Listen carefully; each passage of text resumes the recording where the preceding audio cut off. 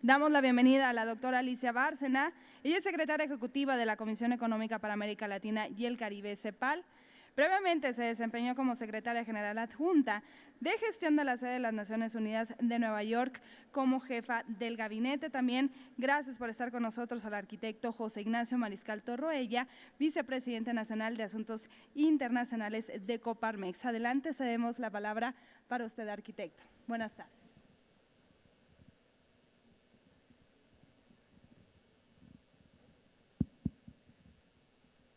Buenas tardes.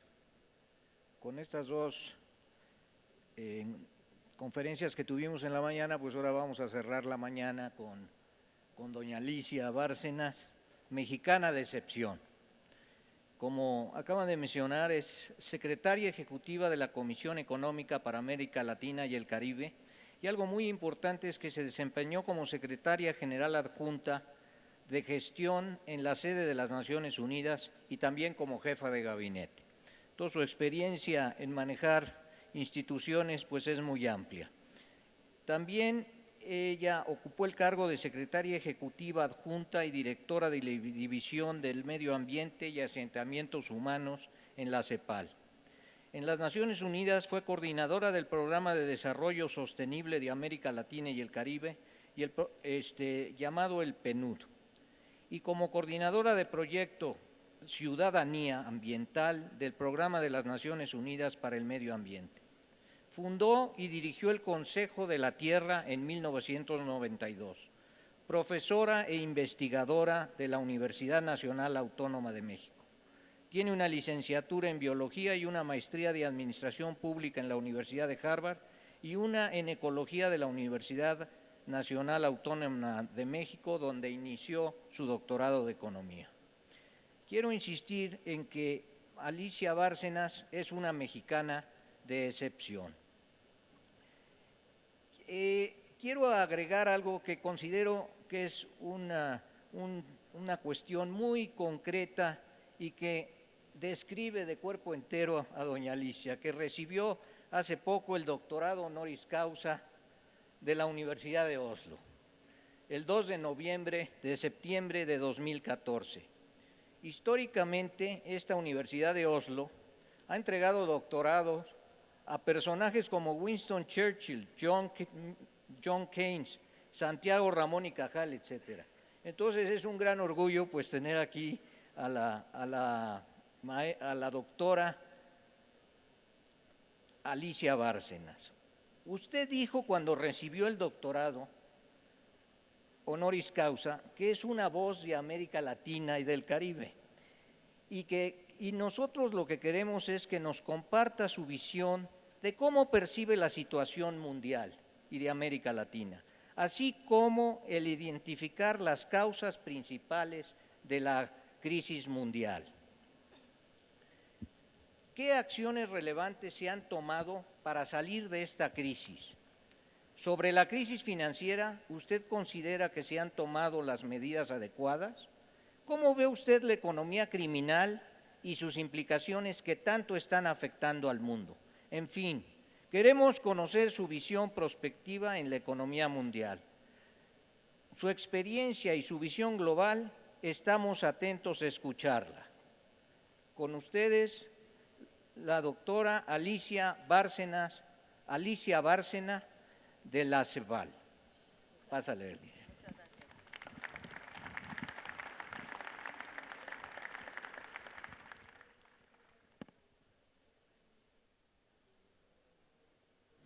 Muchísimas gracias y muy buenas tardes a todos ustedes. Quiero saludar a Juan Pablo Castañón por esta muy grata invitación y felicitarlos por su 85 aniversario. Agradecer al arquitecto Mariscal su muy generosa presentación y desde luego decirles que me es muy grato estar en este foro tan importante y presentar, sí, la visión que tenemos desde la Comisión Económica para América Latina y el Caribe. Quizás partiría yo diciendo, y espero que pueda, no sé, vamos a ver, voy a hacer todo lo posible. ¿No? No funciona. Vamos a ver si funciona. Bueno, pero ahí está. quiero partir diciendo que la propuesta de la CEPAL, la organización que yo represento, que es la Comisión Económica para América Latina y el Caribe, nosotros nos proponemos, la verdad, y hemos trabajado durante los últimos 6 años en algo que hemos denominado la trilogía de la igualdad. ¿Por qué lo hemos hecho? Porque creemos que en América Latina y el Caribe es muy importante mirar uno de los graves problemas que tenemos en la región, que es la desigualdad. No somos la región más pobre del mundo, pero sí la más desigual. Y la verdad es que desde la CEPAL creemos que la forma más profunda y más realista de abordar el tema de la desigualdad es con un cambio estructural productivo, de fondo, que genere innovación, tecnología y, por supuesto, empleo con derechos. Y que la política es muy importante para poder generar los pactos y los grandes acuerdos políticos para poder abordar este tema. Nosotros creemos que la crisis, me ha preguntado nuestro moderador, ¿por qué nos interesamos tanto en estos temas? Bueno, yo creo que la crisis del 2008, ¿verdad? La caída de Lehman Brothers, que fue lo que desata todo este momento que vive la humanidad, que ya no es una crisis coyuntural, la verdad estamos hablando de algo bastante estructural ya. Nosotros lo vemos como un punto de inflexión, y un punto de inflexión en donde la continuidad de un modelo se rompe, el mercado autorregulado se pone en cuestión y entonces se requiere una nueva visión en donde se pueda lograr un mayor equilibrio entre el Estado, el mercado y la sociedad. Y hay una deuda histórica, sobre todo en nuestra región, y tenemos que pasar de esa cultura de privilegios a una cultura de la igualdad. Eso en el corazón de la propuesta. Segundo, que la distribución de las ganancias de productividad, y esto en realidad es un tema mundial, ¿verdad? Este libro que generó tanto ruido y yo diría tanta atención, que se llama El capitalismo del siglo XXI de Piketty, es muy importante, pero lo que él demuestra son siglos realmente en donde ha habido una distribución desigual de las ganancias de productividad de una sociedad entre la renta del capital y la masa salarial. Tanto así que hoy en el mundo hay un 1%, ese famoso 1%, ¿verdad? Que sobre todo en la revolución de datos, esto es muy claro, es un 1% que concentra la mayor parte de la información, por ejemplo Google, vamos a suponer, pero que no invierte casi nada y que realmente obtiene todo de nosotros, que nosotros somos su fuente de información. Y los que realmente invierten, que son los empresarios, los que hacen la infraestructura, la banda ancha, están sufriendo una gran cantidad de dificultades y desde luego los trabajadores. Y el tercer tema que nosotros vemos con preocupación es cómo nos vamos del extractivismo de recursos naturales y de la alta dependencia de recursos naturales que tiene nuestra región a una visión mucho más amplia en donde podamos diversificar la matriz productiva y hacerlo con una visión incluso intergeneracional. Nosotros pensamos, y lo dijo Lagos antes que yo viniera, así es que no me voy a meter en esos temas ahora, que es muy importante crecer para igualar, pero igualar para crecer, que el motor principal de nuestras economías puede ser justamente todos ese millones de personas que la región ha sacado de la pobreza, casi 60 millones de personas han salido de la pobreza en la última década, pueden convertirse en un motor de crecimiento muy importante. Pero se requiere obviamente una macroeconomía que nos ayude a mitigar volatilidad, que fomente productividad, que eso yo creo que es el problema central, y que haya justamente un cierre de brechas tecnológicas internas y externas, que eso es un poco uno de los graves temas que estamos enfrentando. Y sin duda haciéndolo potenciando capacidades humanas. Todo el mundo habla de educación, pero en el fondo el problema que tenemos hoy es cómo absorbemos el rápido progreso técnico que se está generando en el mundo. ¿Estamos preparados para absorber el progreso técnico o no? Y, lógicamente, voy a hablar sin duda de dónde está hoy este contexto externo tan complejo y que el arquitecto Mariscal me pide que yo, digamos, que les diga un poco cuál es la visión de por qué esta crisis se ha complicado tanto. Esta crisis se ha complicado mucho. En el 2008-2009, cuando se desata la gran crisis, hay una respuesta muy coordinada de los países desarrollados, ¿verdad? Incluso en el ámbito del G20, reaccionan positivamente, generando estímulos fiscales y estímulos financieros que apuntalaron de tal forma que la crisis no fue tan profunda como se hubiera esperado.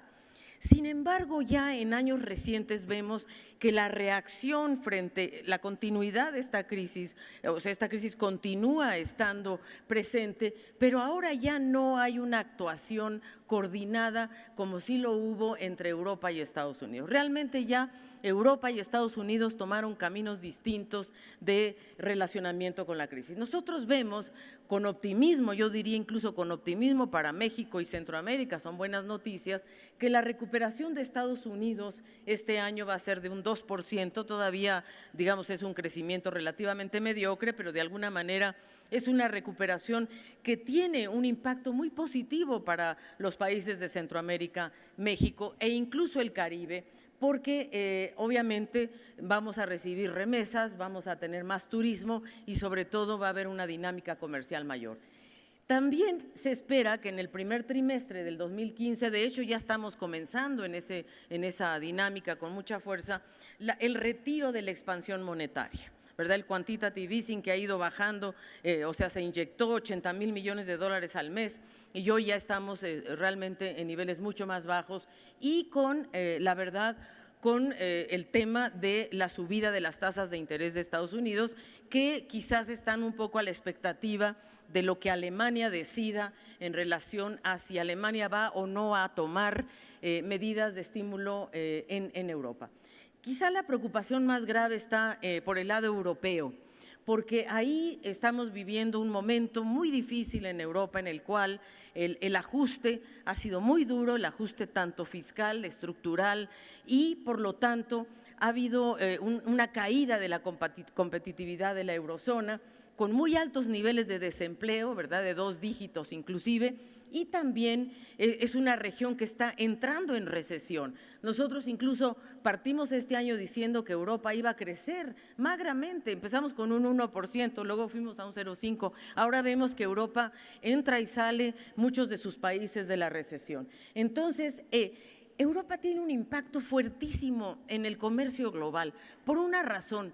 La economía de los países de Europa tiene un peso aproximado del 19% en el PIB mundial, muy parecido al peso que tiene Estados Unidos, que también tiene un peso semejante. Sin embargo, Europa es una región que importa 31% de la producción mundial, 31%, en tanto que Estados Unidos importa el 12%. Entonces, preocupa al mundo el que Europa esté en problemas porque Europa es una fábrica muy importante que absorbe una gran cantidad de importaciones, lo cual tiene un impacto además hacia Asia-Pacífico también. Y hablando justamente de Asia-Pacífico, nosotros lo que vemos es que China, que nos tenía acostumbrados antes del 2011 a 2 dígitos de crecimiento, ahora China está en torno al 7.3 y muy seguramente China no va a crecer más de esta cifra. Ellos mismos lo han dicho, Wen Jiabao en muchos momentos, el ex primer ministro vino a la CEPAL y conversamos sobre estos temas largamente y ellos nos comentaron que ese era un crecimiento insostenible en el tiempo, por lo tanto China se va a mantener, obviamente un crecimiento del 7 no es una mala cifra. Y también otra cosa muy importante es que China se ha convertido ya hoy en la primera economía del mundo, ha sobrepasado a la economía de Estados Unidos. Ahora, este es el tema realmente que yo quisiera mostrar, que me parece muy relevante, y es el tema del comercio. Ese es justamente el tema que yo veo muy delicado en la economía mundial hoy, porque hay una desaceleración muy grande de las exportaciones, que es lo que estamos viendo aquí, en volumen, ¿verdad? Cuando vemos el precio es todavía peor, porque en realidad en nuestra región lo que más pesa a veces es el precio que el volumen, pero la verdad es que tenemos un problema en donde las exportaciones del mundo han caído y donde, miren ustedes, China entre 2003 a 2007 y el 2014, realmente la caída de las exportaciones es muy grande.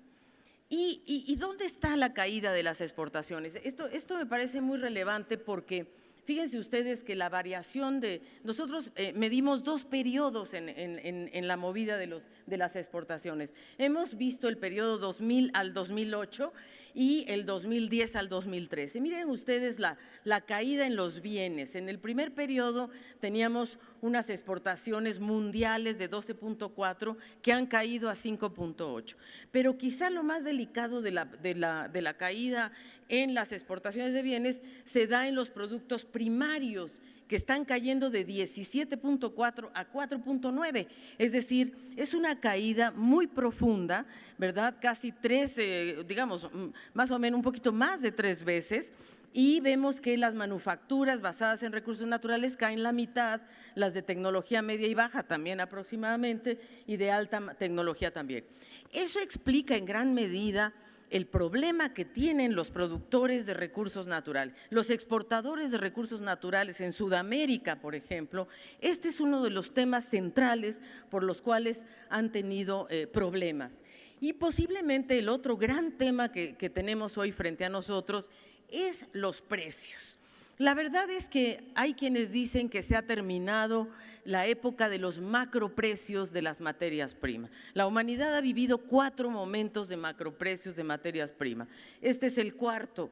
Y la verdad que esa etapa de los macroprecios de materias primas estuvo fundamentalmente centrada entre el 2007 y el 2012, claro, obviamente con la crisis del 2009 en el medio, pero los precios eran muy altos, los minerales, los alimentos, etcétera. Hoy estamos viviendo un momento de enorme volatilidad, ¿verdad? Por un lado, vemos que los precios están bajando, ¿verdad?, de los principales productos, pero a la vez observamos una gran volatilidad.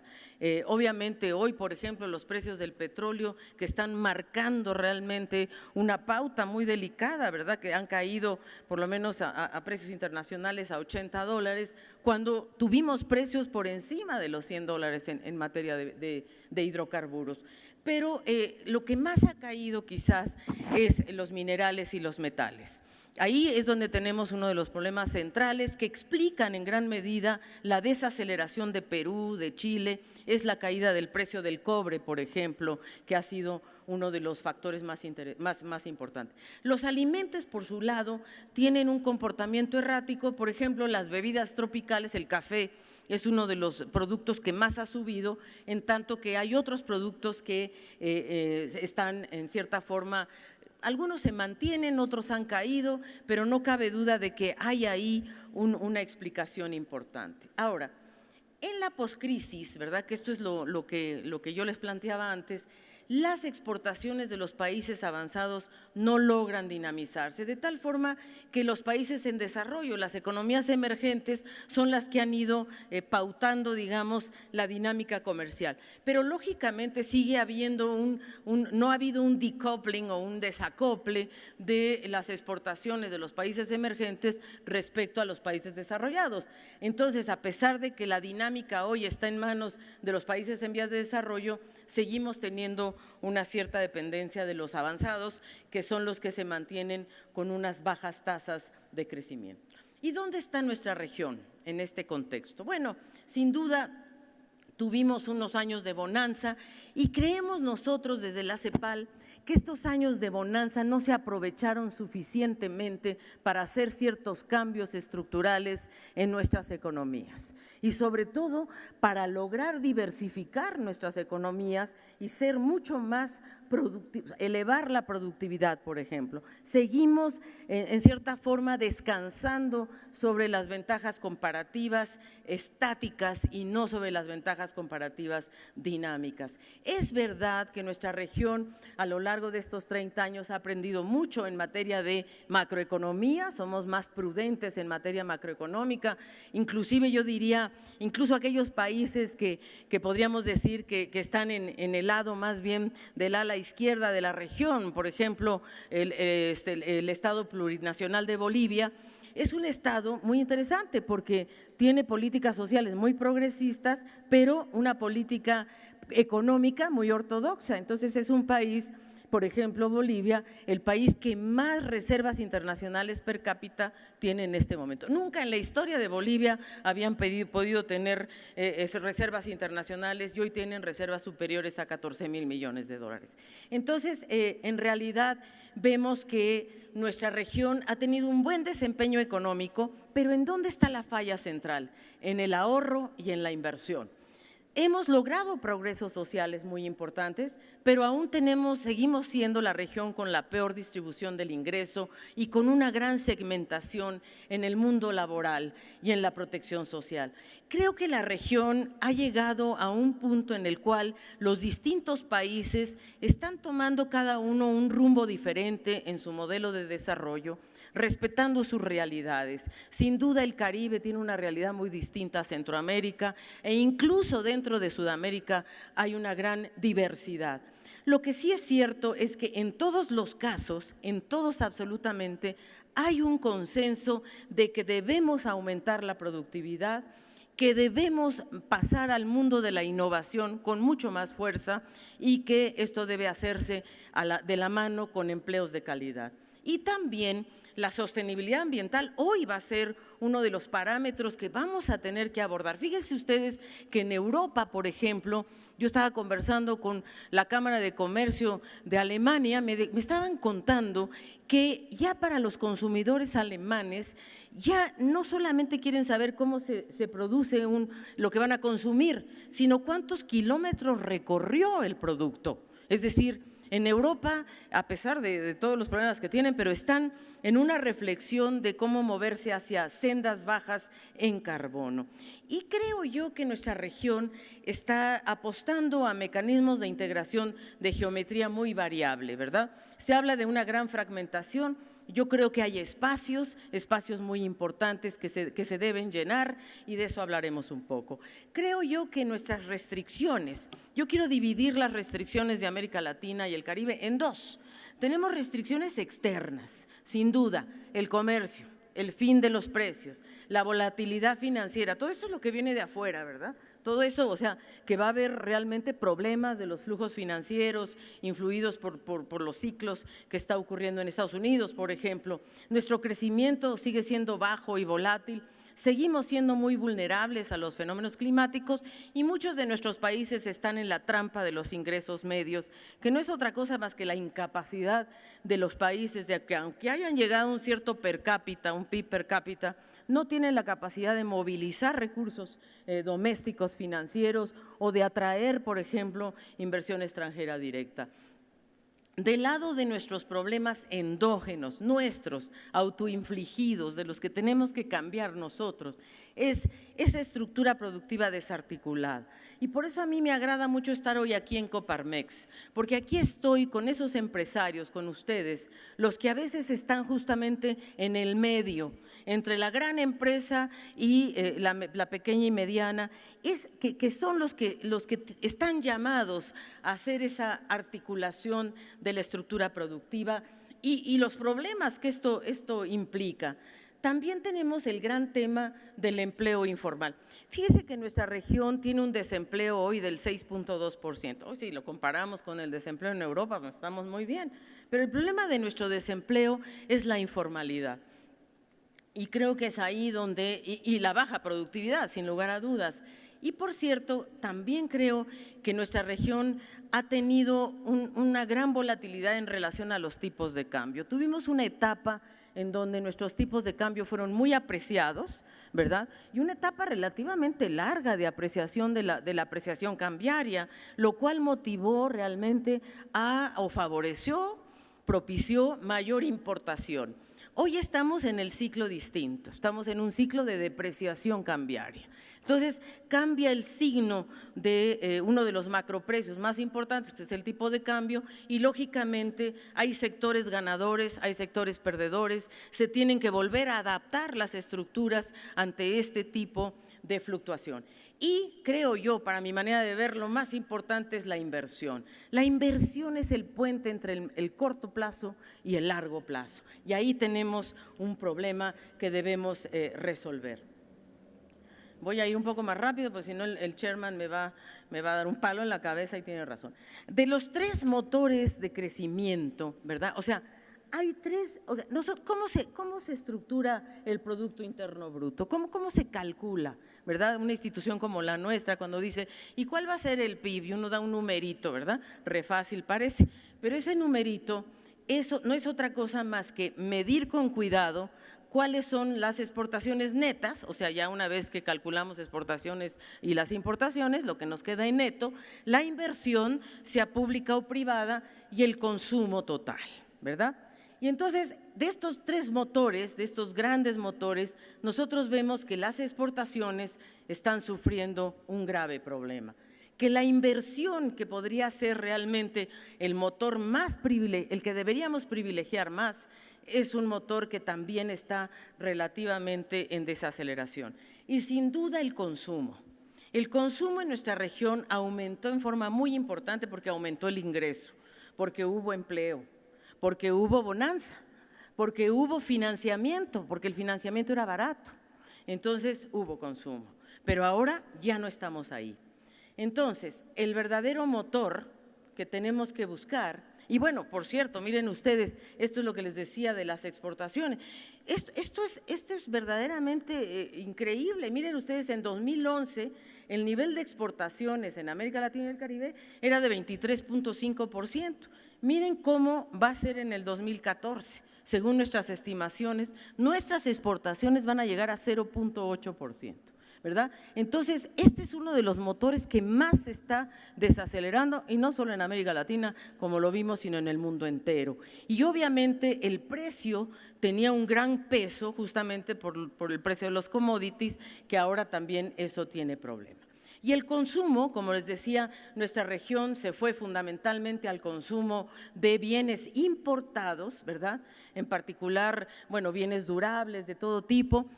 Los hogares, ¿verdad? Lograron, en cierta forma, llenar muchas de sus necesidades, pero lo que pasó, ¿verdad? Que puertas adentro de la casa, pues los hogares sí lograron comprar que la televisión, que el celular, que el autito viejo, no sé, lo que sea, pero puertas afuera. La sociedad se encuentra con que afuera de su casa no hay seguridad ciudadana, no hay transporte, no hay una oferta pública de educación, de salud, y eso es un poco el gran choque que ha habido con estas clases medias emergentes, por ejemplo, en un país como Brasil. Vemos también que lógicamente hay externalidades, por ejemplo, el consumo energético en nuestra región es uno de los temas. La inversión. Nosotros le ponemos una gran atención a la inversión. De hecho, en la CEPAL nos vamos a dedicar casi todo este año y el próximo a trabajar el tema de la inversión. ¿Dónde está? ¿Qué pasa? ¿Por qué podemos? ¿Por qué no podemos? ¿Qué tenemos que hacer en materia de inversión? Y inversión que se pueda traducir en una mejor infraestructura, en investigación en ciencia y tecnología, en instituciones bancarias para lograr desarrollo, un financiamiento inclusivo, en matrices más limpias desde el punto de vista ambiental. Miren ustedes nuestra comparación. No, es que esto es de locos. Asia-Pacífico, Asia Oriental y el Pacífico, miren cómo va la inversión, cómo se movió la inversión desde 70 hasta el 2012 más o menos.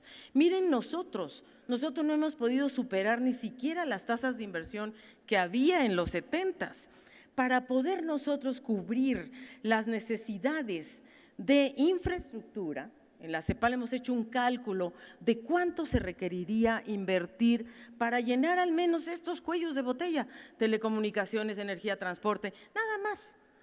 Y la verdad que hemos calculado, nuestra región hoy está en 22% más o menos, deberíamos avanzar a un 27% por lo menos, ¿verdad? Unos 5 o 6 puntos. Y aquellos países de nuestra región que han decidido como una medida contracíclica apuntalar la inversión pública son los países que más crecen este año. Ejemplo, Colombia. Ejemplo, Ecuador. Ejemplo, bueno, Chile, que recién ha puesto en marcha grandes, ha anunciado un paquete de inversión pública muy importante. Eso acompañado con otra medida que también tiene importancia, que son las tasas de interés. Las tasas de interés bajas para apuntalar la inversión privada, que eso es lo que no pasó en Brasil.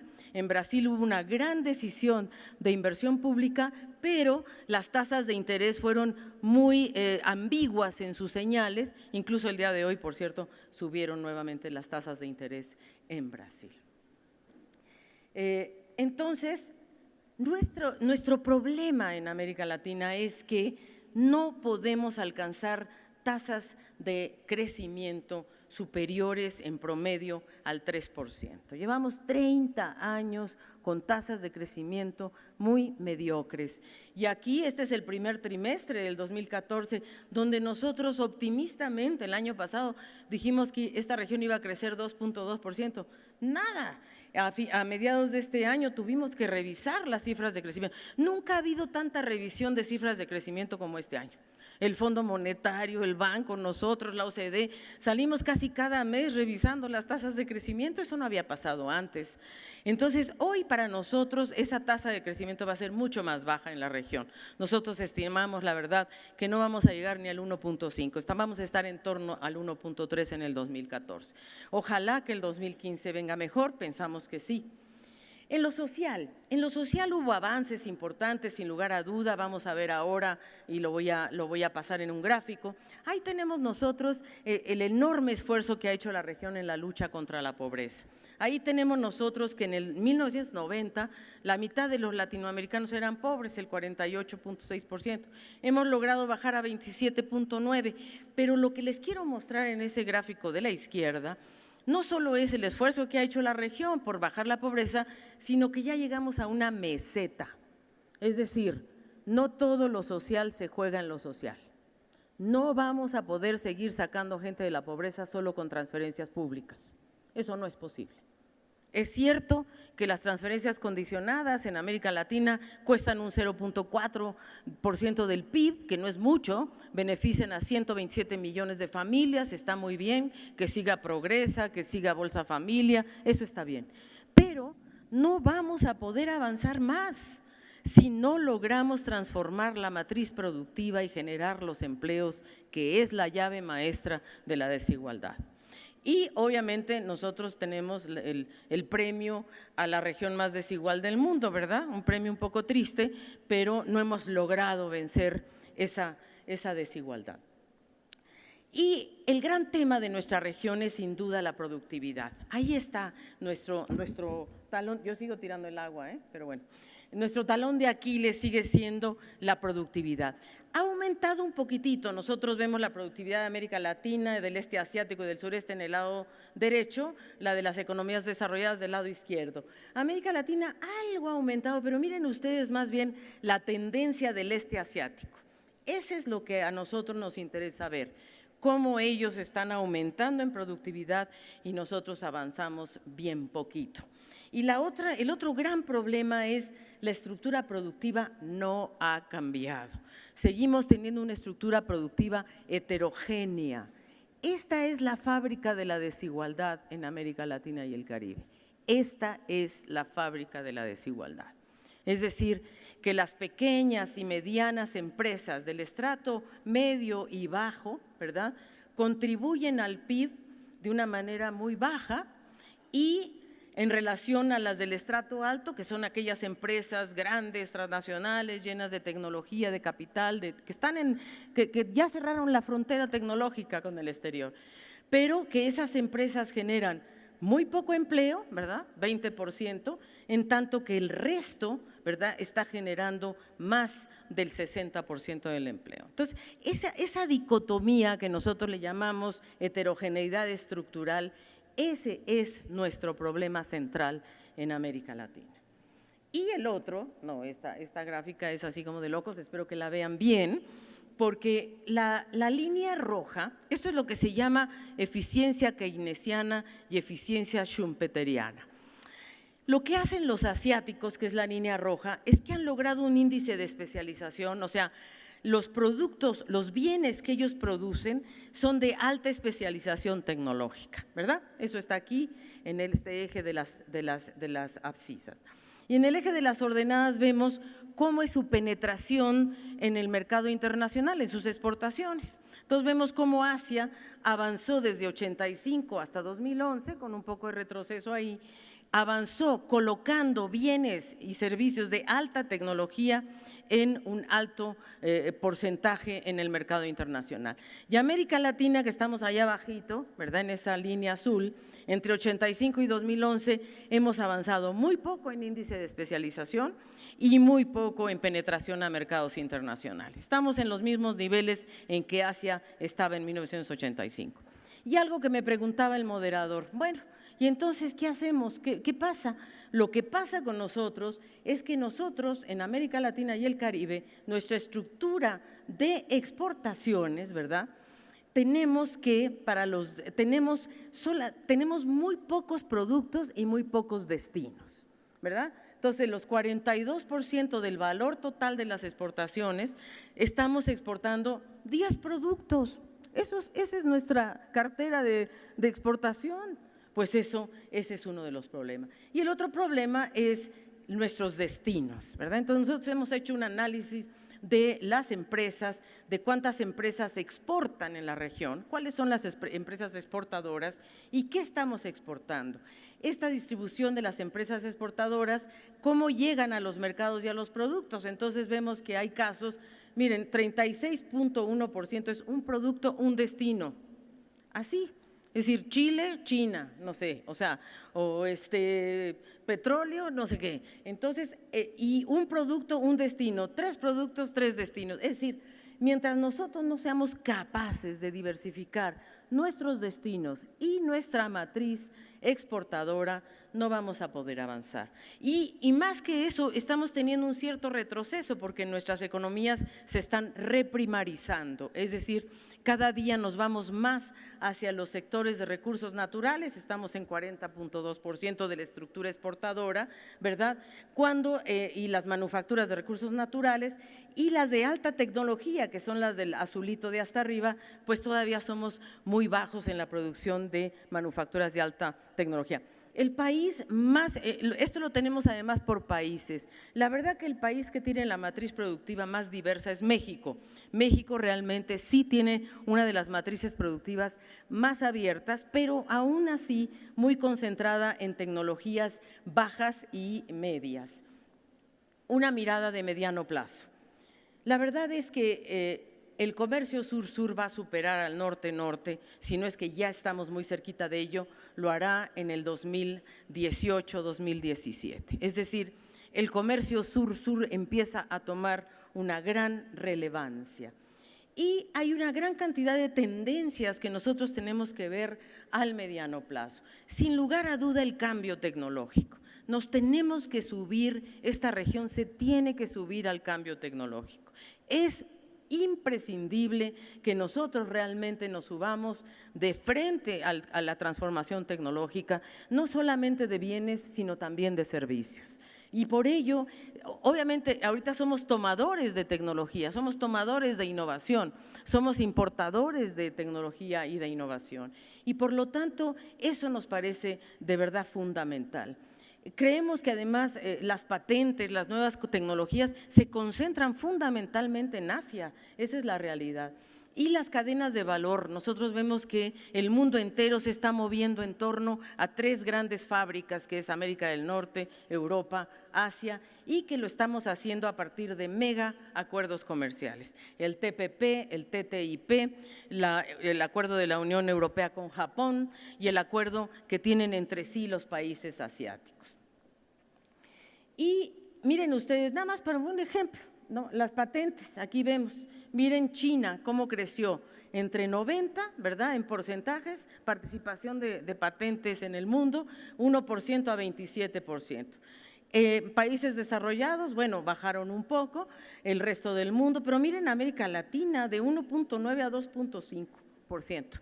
Así no se puede, es decir, nosotros tenemos que lograr una mayor participación. Y obviamente estas son los grandes centros que nosotros le llamamos las grandes fábricas. Y estos son los acuerdos megarregionales que están buscando satisfacer esos procesos. La preocupación aquí es que estos acuerdos están ocurriendo por fuera de la Organización Mundial de Comercio y tenemos obviamente una cantidad de desafíos ahí. Por eso nosotros pensamos, y con esto voy cerrando, que llegó la hora de la integración productiva en América Latina y el Caribe.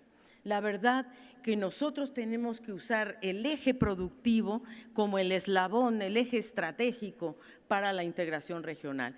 Tenemos un mercado regional muy importante, somos 600 millones de personas, ¿verdad? Y vamos a ver cómo, la verdad, el espacio regional puede ser muy conducente. Pero esto es lo que hay que vencer. Miren ustedes lo que tenemos. Hoy por hoy, el comercio intrarregional en América Latina y el Caribe es solo de 19.2%. Es decir, que de todo lo que exportamos, solo el 19.2% va hacia América Latina y el Caribe. Miren ustedes el caso de Europa. Claro, ahí cayó a 59% en el 2013, pero la verdad es que Europa está por encima del 60%. El 60% de lo que producen se va al propio Europa.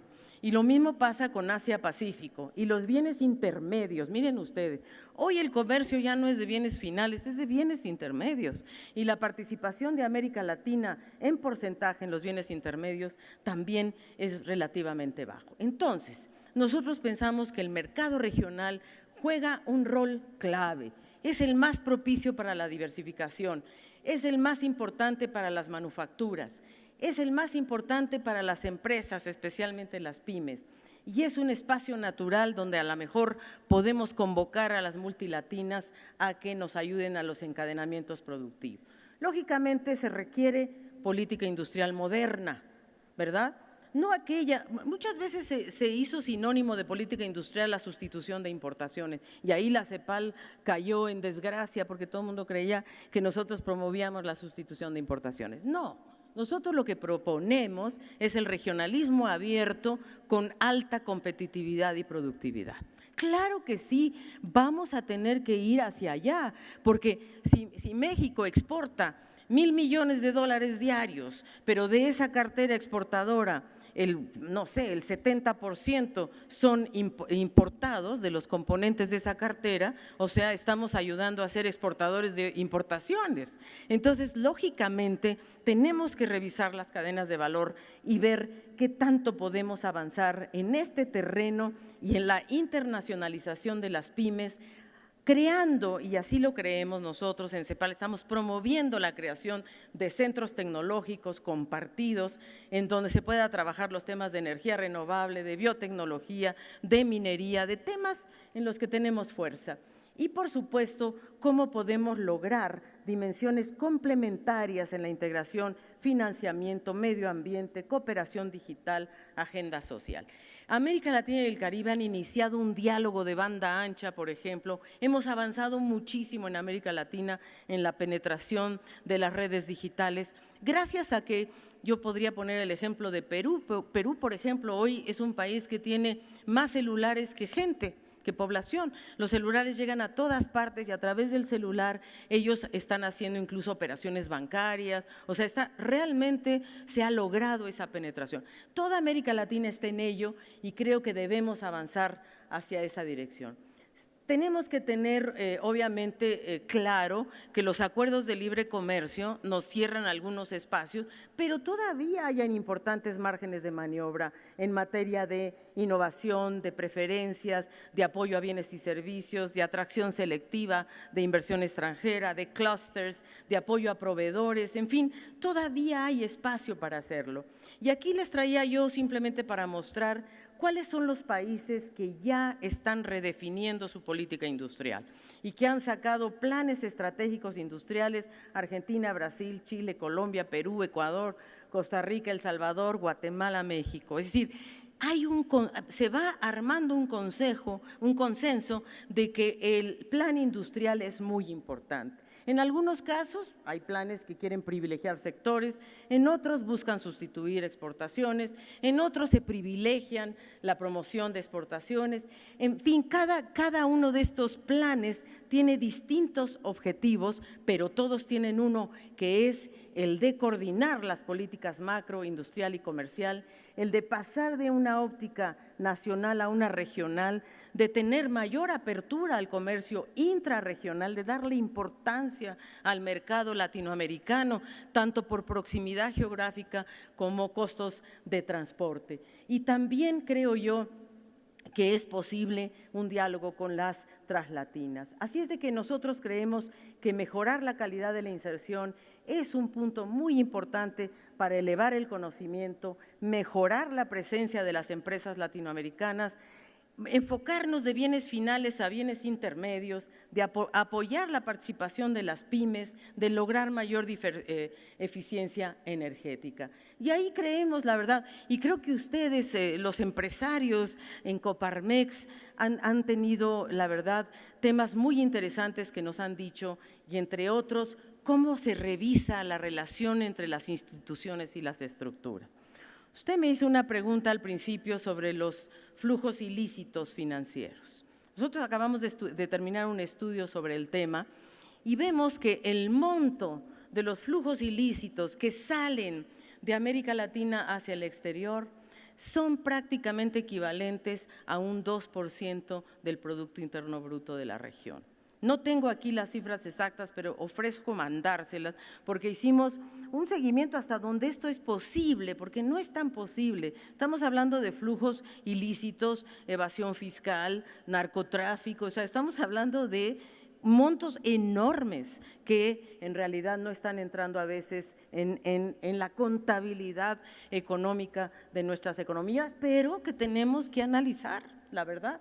Y necesitamos revisar esa relación entre las instituciones, las estructuras y la gama de agentes. Nosotros creemos que se requieren pactos, que se requiere revisar justamente las políticas en un contexto democrático, claro, pero con una perspectiva de mediano plazo y que incluya el pacto social. Nosotros creemos que ese pacto social en donde la ciudadanía concurra como sujeto y no como objeto.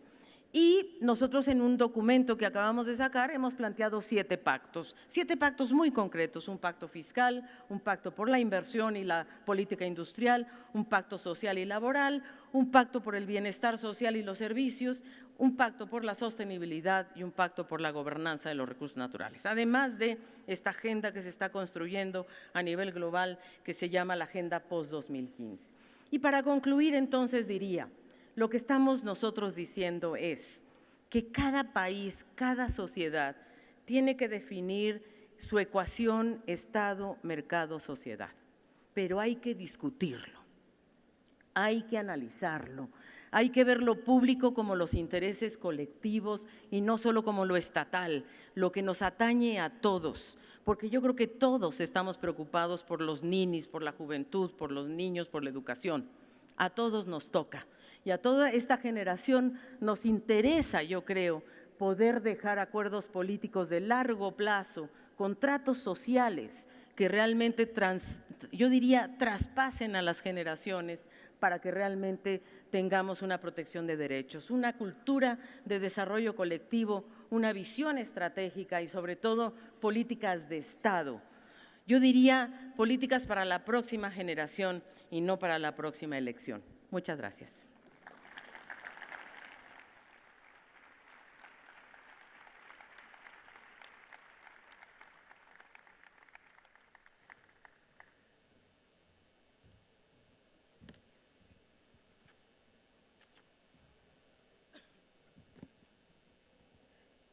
Pues como empecé mencionando desde el principio, el orgullo de tener a Alicia Bárcenas como una mujer de excepción es absolutamente claro y contundente. Primer cosa. Segundo, muchísimas gracias por tu magnífica exposición, la reflexión, el análisis, y se ve tu experiencia y tus vivencias. Como empezaste considero que es muy importante el concepto de que esta crisis económica rompe con el modelo de gestión mundial, ¿no? Este aspecto de la cultura del privilegio y la cultura de la igualdad, pues es algo que por lo que estamos luchando continuamente en Coparmex, y creo que es un tema que debemos de tener claro para darle seguimiento, ¿no? Cultura del privilegio y la cultura de la igualdad. Esto ha llevado, como bien lo dices, a un cambio geográfico de balance regional muy marcado, ¿no?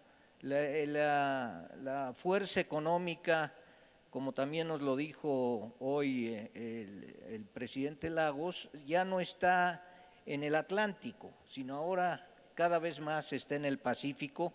Y qué bueno que hablaste de este aspecto de regionalización abierta. Es algo que tenemos que tener muy claro y que tenemos que trabajar para que esto se dé, ¿no? Es algo que estamos conscientes, pero no lo instrumentamos. Yo creo que ese es un reto fuerte que tenemos que lograr. Antes de pasar a las preguntas, quisiera insistirte un poco porque es un tema que realmente nos está afectando no solo en este país, sino en el mundo, que es el aspecto de la economía criminal que cada día crece más. Entonces, yo quisiera empezar, ahora paso a las siguientes preguntas, estoy abusando de poder tomar y plantear la primera, pero creo que es un tema relevante. Entonces, Alicia, ¿cómo ves este aspecto de lo que está sucediendo, por supuesto, en el mundo y en México? Muy importante, creo que tenemos que revisar con mucha cautela y con mucho cuidado todo este movimiento de flujos. Nosotros hemos comenzado por medir la salida de estos flujos de nuestra región hacia el exterior. Esa es la forma como estamos en este momento tratando de hacer un seguimiento de estos flujos que se van de nuestros países hacia afuera. Es difícil porque hay poco registro, hay poca información, es muy difícil hacer el seguimiento, pero creo que es un tema al que hay que abordarlo en coordinación con los gobiernos. Como digo, tenemos un gran desafío en la medición. Una forma de hacerlo es a través de las cuentas nacionales. Nosotros hemos conversado esto ya con algunos bancos centrales, porque muchos de estos flujos incluso ni siquiera pasan por los bancos centrales, ¿no? Que son los que deberían más o menos conocer cómo se mueve, pero creo que sí se requiere el apoyo de la medición de las cuentas nacionales, de los flujos financieros, de hacer un esfuerzo coordinado con la banca tanto nacional como con la banca del exterior. México ha empezado a hacer algo así y nos parece muy importante las medidas que se han tomado recientemente, por ejemplo, para hacer un seguimiento de las cuentas bancarias en el exterior. Yo creo que este es un primer paso muy importante. Espero que sea, digamos, que esté regulado, que sea bien hecho, ¿verdad? Creo que es un tema al que no le hemos entrado las instituciones internacionales, creo que debemos entrar. Así es de que quizás el año entrante, si me invitan, pueda yo traerles algunos resultados más afinados. Estamos comenzando, hemos hecho algunas mediciones. Si hubiera sabido que este era un tema de interés, me hubiera preparado para traerles a ustedes algunos resultados, pero prometo enviarlos en cuanto los tengamos. Muchas gracias, Alicia. Sí tenemos generalmente cuando mencionamos este aspecto de la economía criminal da toques y la gente no quiere referirse a él, pero sentimos que nos está afectando y es algo importante. Voy a leerte 3 preguntas para que sea más. La primera es, ¿qué opina de la iniciativa de productividad y cómo se puede resolver el tema de la informalidad? ¿Cómo podemos hacer para que el crecimiento entre el desarrollo de tecnologías propias e industria de transformación, no en extracción y en comercializar materias primas no renovables? Y la tercera sería, la corrupción en América Latina es un lastre. ¿Existe ejemplo o modelo de éxito donde se vaya eliminado este problema? Alicia. Bueno, la verdad es que a veces pienso que la corrupción es como tan inherente a nuestra condición humana, pero sí hay lugares, instituciones que yo creo que han sido muy exitosas en este tema, donde la institucionalidad ha sido muy importante. Y voy a poner de ejemplo el país donde yo vivo, Chile. Es un país en donde las instituciones son fuertes, existe un Estado de Derecho muy sólido, Sí, sí. existe muy poco espacio para lo que le llaman allá las coimas, eso no existe, o sea, si tú intentas darle una coima a un carabinero, te llevan a la cárcel en ese mismo instante. Si tú compras una goma de borrar en una papelería, la persona que te lo está vendiendo te sale a corretear para darte la boleta porque impuestos internos es exigente. Entonces, sí hay lugares, claro que hay lugares. Yo diría, Chile es un muy buen ejemplo, Uruguay es otro buen ejemplo de instituciones fuertes, sólidas. Entonces, yo creo que hay que ir hacia allá, ¿verdad? Ahora, lo que se necesita también es una ciudadanía que esté en la cultura de la anticorrupción, ¿verdad? Que no nos penetre a la sociedad lo ilícito y lo ilegal. Yo creo que eso es un tema de cultura también, pero de instituciones sin lugar a dudas.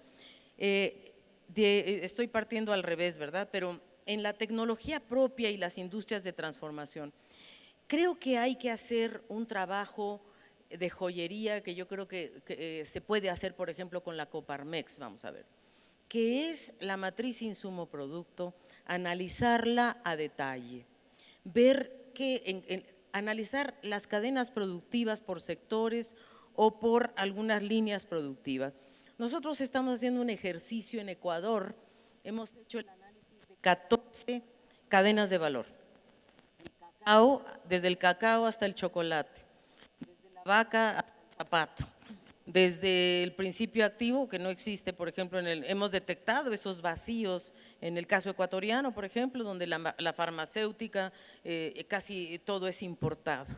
Entonces, ahí hay un espacio quizás para abrir mercado regional, por ejemplo.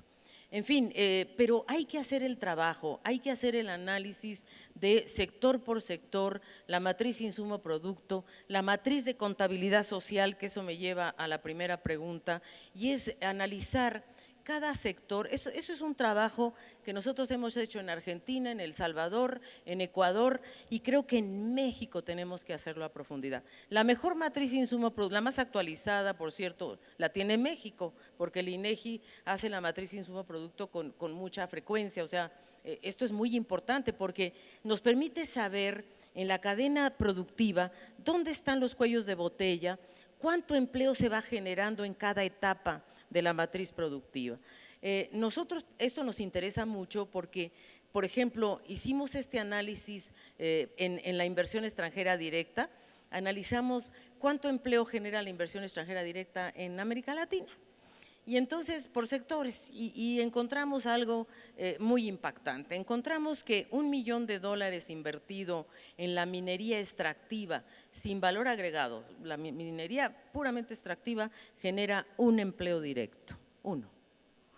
Obviamente un empleo de alta calidad, quizá productivo, formal, qué sé yo, pero uno. La empresa manufacturera genera de 5 a 6 empleos. Entonces, para vencer la informalidad, creo yo, primero hay que hacer este análisis por cadenas de valor.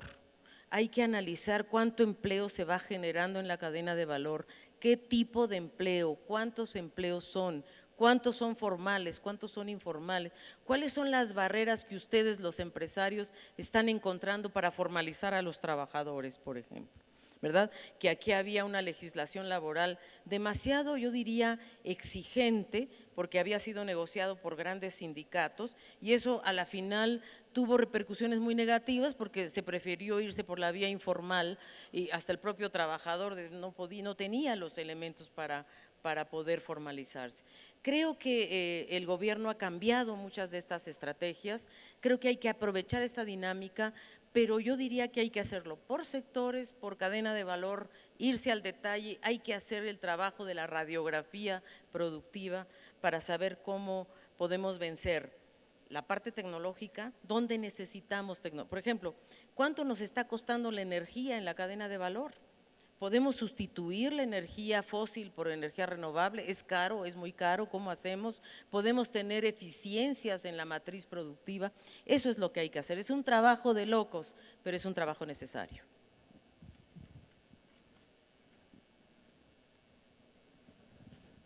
Bueno, pues parece que se acabó el tiempo. Nada más voy a hacer una última y que le seas muy breve, Alicia. Pero creo que es importante. ¿Qué medidas recomiendas actualmente la CEPAL en el cambio climático y crecimiento demográfico? Esa sí que es una pregunta que me pides que sea breve, ¿verdad? Nosotros acabamos de calcular que si la temperatura llega a 2.5 grados centígrados, y esto se estima que puede ser en los próximos 15, 20 años, el costo que va a tener al PIB va a ser del 3%. Los sectores más afectados van a ser la agricultura, las zonas costeras, la infraestructura. Hemos hecho un mapa de vulnerabilidad de las zonas costeras para saber si el mar llegara a subir 10 centímetros, 30 centímetros, etcétera. Tenemos un modelo que nos parece muy relevante porque los inversionistas tienen que saber esto.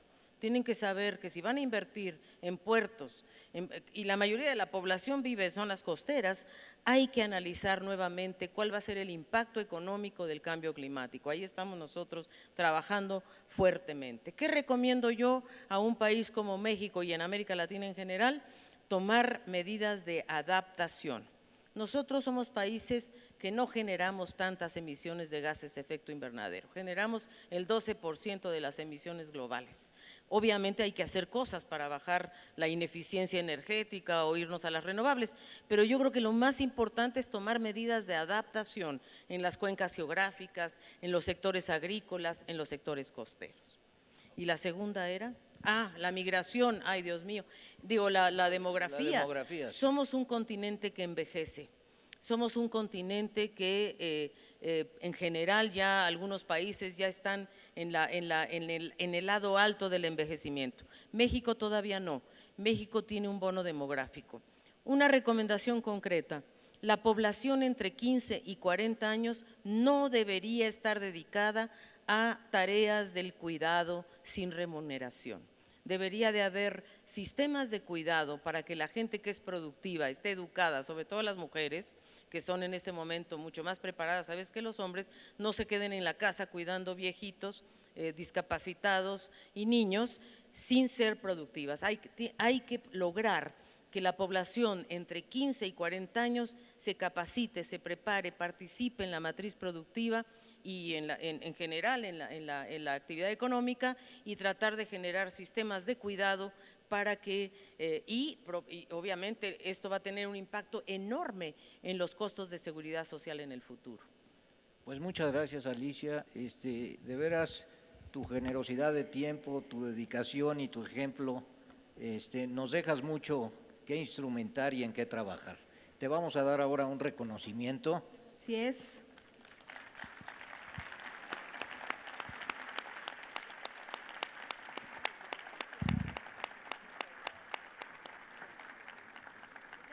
Muchas gracias por habernos acompañado y bueno, ahora los invitamos a que pasen al área de stands.